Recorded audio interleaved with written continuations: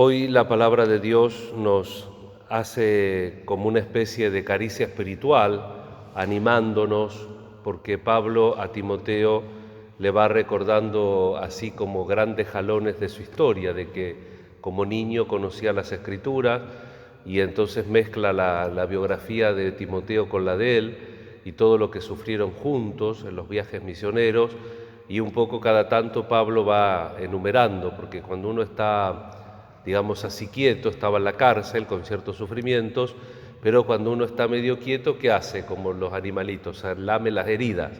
Entonces hacemos un poquito de recuerdo y contamos, los que tenemos fe tratamos de hacerlo ante Dios, contamos las batallitas que hicimos, ¿no es cierto?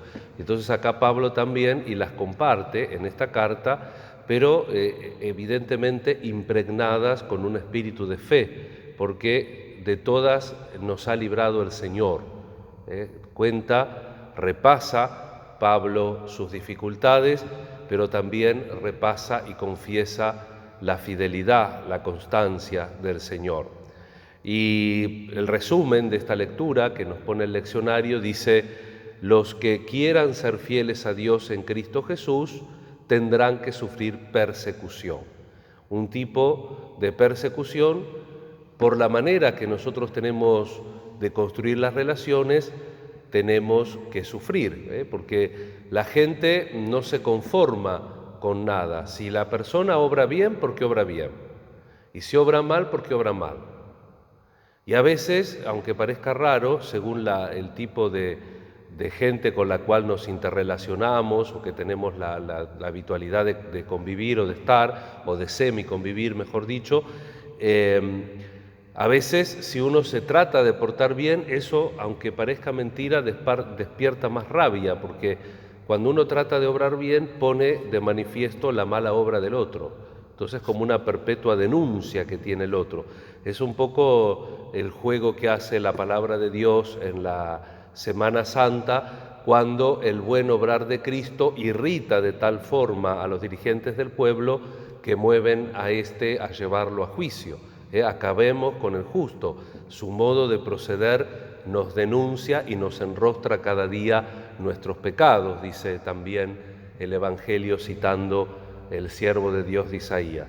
Y acá Pablo entonces hace esto, recordar. Bueno, igual no creo que nosotros tengamos acentuadamente ninguno de los dos problemas. No creo que nadie nos persiga por malos y nadie nos persiga por recontra buenos, digamos. Estamos en lo cotidiano, digamos.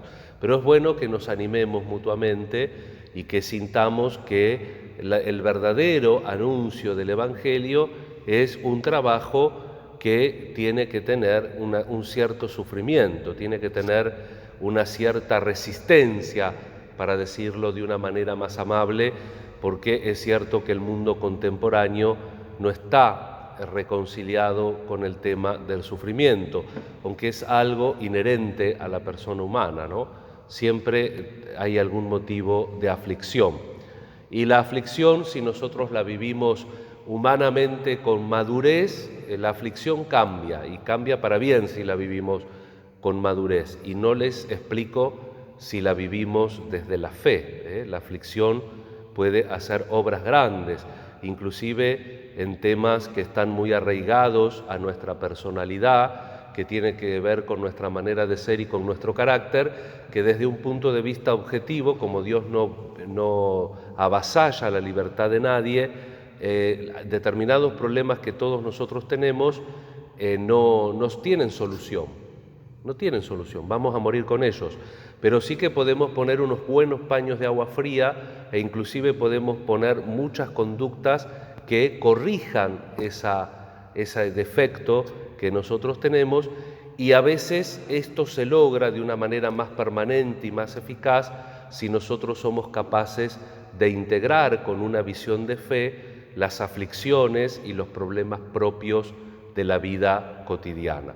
Por eso, cuando uno estudia la vida de los santos, hay determinadas cosas que uno deja por sistema. Por ejemplo, hoy estamos recordando a San Bonifacio, Winfrido, nombre de nacimiento, nació en Inglaterra. Fíjense lo que es la providencia, ¿no? El otro día celebrábamos a San Gregorio, que hizo la evangelización de las tierras británicas. Y hoy tenemos ya esta comunidad de monjes que va a hacer apostolado a Alemania, y en que le encarga el apostolado y le cambia el nombre a Winfrido por Bonifacio es Gregorio II, casualmente. Gregorio II lo manda a evangelizar, si bien Baviera y Turingia ya tenían un foco cristiano, San Bonifacio, fines del siglo VI,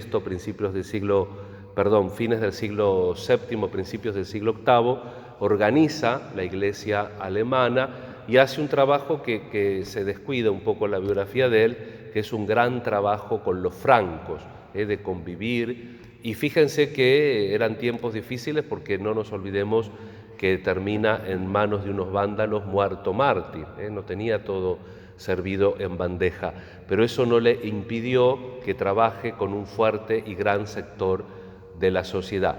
Y es otra de las partes de los santos que nosotros no estudiamos adecuadamente, y es uno de los fines por los cuales la Iglesia tiene santos, que es como intercesores y como ejemplo. Entonces vemos en los santos el ejemplo de que a pesar de cómo son santos.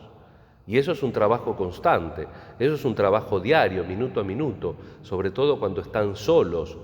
Por eso a veces cuando uno lee alguna parte de biografía privada de los santos, es curioso como para muchos santos la noche era una tortura, porque estaban con ellos mismos. Y a veces es más difícil estar con uno mismo que estar con los otros, conocerse adecuadamente. No solamente le pasa a los santos, sino que le pasa también a las personas que se toman la vida en serio. Unamuno decía: oh memoria enemiga mortal de mis sueños, porque cuando se iba a acostar se empezaba a acordar de cosas, Unamuno. Pero bueno, vamos a pedir al Señor que estas lecciones que nos da Pablo de su historia, de la historia de Timoteo, estas lecciones que nos va dando también la liturgia a través de la celebración de sus santos, como en el caso de hoy San Bonifacio, nos ayuden también nosotros a edificar nuestra historia, a poner todo lo que somos, todo lo que sentimos al servicio de esa palabra, que como Pablo viene diciendo en estos días, no está encadenada. La palabra de Dios no está encadenada, y en la medida que nosotros crecemos y la internalizamos, hacemos que esa palabra se pueda difundir más y de una manera más eficaz entre los otros.